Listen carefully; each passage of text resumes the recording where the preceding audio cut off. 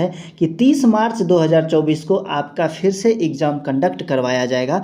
तो सबसे पहले आपका रिजल्ट वहीं पर लेट हो नोटिस फिर वायरल होती है और बड़े बड़े यूट्यूबर इस पर भर भर के बनाते हैं। और इस नोटिस में आप देख सकते ITBP अगर फिजिकल कंडक्ट नहीं करवा पाती है तो क्या CRPF को फिर से नोडल एजेंसी बना दिया जाए? आप लोग कमेंट बॉक्स में आकर ज़रूर बताना कि क्या नोडल एजेंसी CRPF को बना दिया जाए। GD का फिजिकल कब होगा, किस तरह से धीरे धीरे हमारे पास नोटिस आते रहे लेकिन हमारा रिजल्ट कब आएगा, फिजिकल कब होगा, ये किसी ने नहीं बताया। पूरा नोटिस बस वायरल करते रहे, बड़े बड़े यूट्यूबर वायरल करते रहे। तो आज के वीडियो में हम जानेंगे कि आपके जो फिजिकल को है एक स्टोरी के माध्यम से हम आपको बताएंगे और पूरी सच्चाई बताएंगे इस नोटिस के भी बारे में, साथ ही साथ आपके रिजल्ट के बारे में, फिजिकल टेस्ट के बारे में भी चर्चा होगी। तो आज का ये वीडियो इंपॉर्टेंट होने वाला है। चलो शुरू करते हैं। तो मेरे दोस्त, सबसे पहला जो आपको नोटिस देखने को मिलता है, सबसे पहला नोटिस देखने को मिलता है जब 20 मार्च 2024 के एग्ज़ाम को कैंसिल कर दिया जाता है और बताया जाता है कि 30 मार्च 2024 को आपका फिर से एग्ज़ाम कंडक्ट करवाया जाएगा। तो सबसे पहले आपका रिजल्ट वहीं पर लेट हो जाता है जब री एग्ज़ाम कंडक्ट करवाना पड़ता है और SSC-GD री एग्ज़ाम कंडक्ट करवाती है। ना जाने कितने SSC-GD एस्पिरेंट्स हैं जो SSC-GD के फिजिकल की तैयारी में लगे हुए थे, कितने एस्पिरेंट्स हैं उनके दिल टूट जाते हैं, वो फिर भी लगे रहते हैं। मुझे मालूम है आप सबों का सपना है, कोई असम राइफल में जाना चाहता है, कोई BSF में जाना चाहता है, कोई CRPF में जाना चाहता है, कोई ऐसा भी है जो SSB में जाना चाहता है, कोई ITBP में जाना चाहता है। सबके अपने अपने सपने हैं, लेकिन ये बार बार जो ये नोटिस आ जाता है ना, ये हमारा दिल तोड़ देता है। और मुझे मालूम है आपको फिजिकल के रिजल्ट का बेसब्री से इंतज़ार होता है। सबसे पहले जो आपको देखने को मिलता है, ये नोटिस याद करो, ये नोटिस सबसे पहला नोटिस था जब वायरल होता है कि 29/4/2024 को जो वायरल होता है कि 13/5/2024 तक हमारे पास सबसे पहले इक्विपमेंट्स चाहिए और सबसे पहले यहीं से निकल कर आता है RFID आने के बाद तो यूट्यूब पर भरमार ही लग जाती है वीडियो।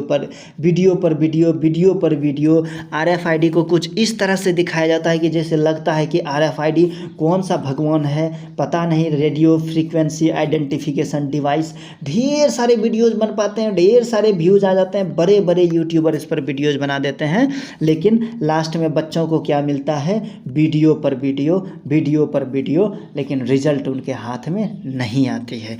फिर उनका जो है सपना धरा रह जाता है। बहुत सारे बच्चे जो SSC-GD के फिजिकल की तैयारी शुरू कर दिए थे वो फिजिकल की प्रैक्टिस करना बंद कर देते हैं, कमेंट बॉक्स में आकर बोलते हैं कि भैया रिजल्ट आने दो तभी हम फिजिकल की प्रैक्टिस शुरू करेंगे।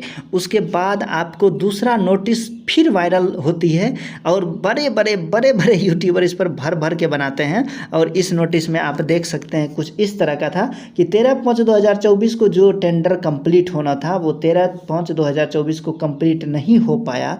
इस वजह से इस डेट को और बढ़ा दिया जाता है, 13/5/2024 के बदले 21/5/2024 कर दिया जाता है।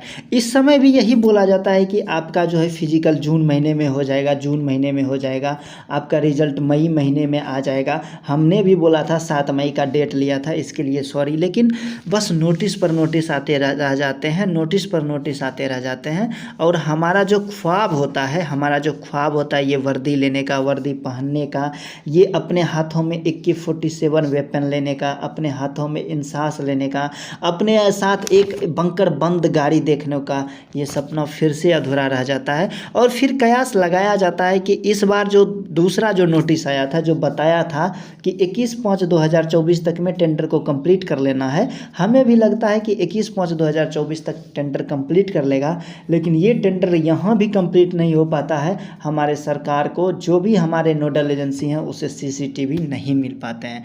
और फिर देखते ही देखते तीसरा नोटिस वायरल हो जाता है और फिलहाल ये हमारी लास्ट नोटिस वायरल होती है जिसमें ये बताया जाता है कि जो आपका RFID है, जो नोडल एजेंसी है, उसे नहीं मिल पा रही है। तो फिर से 21/5/2024 के डेट को 11/6/2024 कर दिया जाता है। सबसे पहला जो नोटिस वायरल हो जाता है उसमें 13/05 दिखाया जाता है। सेकेंड नोटिस आता है उसमें 21/05 दिखाया जाता है। और हद तो तब हो जाती है जब तीसरा नोटिस ये बताता है कि 11/06 को आपका लास्ट टेंडर सबमिट किया जाएगा। हमें ये समझ में नहीं आती है कि ये जो भी एस्पिरेंट्स हैं जो एसएससी जीडी की तैयारी में लगे हुए हैं, जी जान से उनका सपना है वर्दी लेने का, क्या सरकार को आरएफआईडी नहीं मिल रही है? क्या नोडल एजेंसी को आरएफआईडी नहीं मिल रही है? हमारा देश इतना बड़ा है, इतना ज़्यादा पॉपुलेशन है, यहाँ पर आरएफआईडी से रिलेटेड इक्विपमेंट्स नहीं है जो बस हर बार नोटिस पर नोटिस, नोटिस पर नोटिस, जैसे ही डेट आता है हमारे पास एक नया नोटिस थमा दिया जाता है। और बड़े बड़े यूट्यूबर भर भर के वीडियोज़ बना के भर भर के ग्राफ लेते हैं।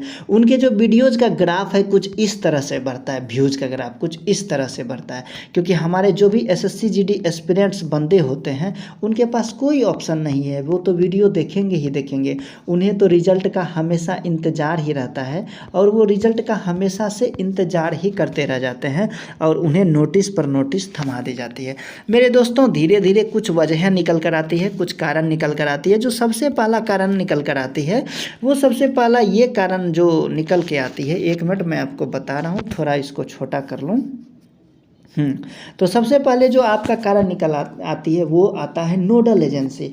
आपको भी पता है कि जो हमारी सीआरपीएफ नोडल एजेंसी थी उसे हटाकर आईटीबीपी को कर दिया जाता है।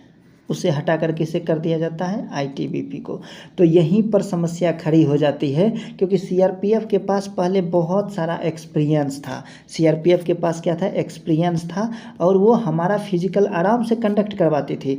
लेकिन सबसे पहला जो समस्या निकल कर आ जाती है कि हमारा नोडल एजेंसी चेंज हो जाता है। दूसरा हमारे पास समस्या आती है लोकसभा चुनाव। लेकिन आपको भी मालूम है अब तो 4 जून को लास्ट वोटिंग है, 4 जून को तो काउंटिंग हो जाएगी।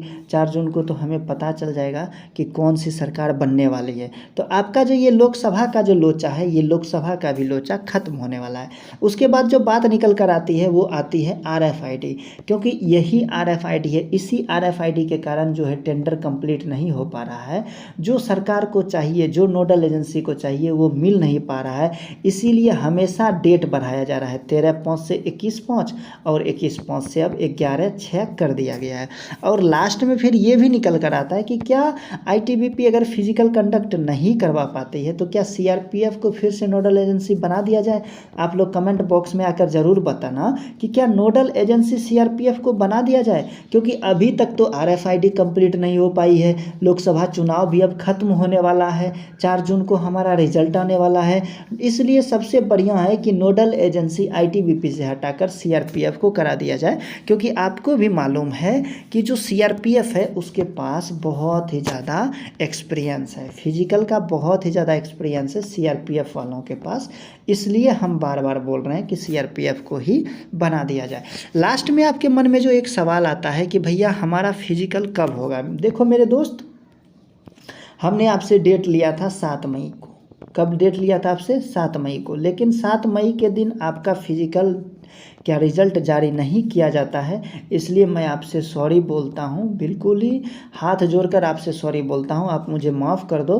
क्योंकि देखो ये जो 7 मई का डेट था ना, ये 7 मई का डेट बिल्कुल ही कंफर्म था।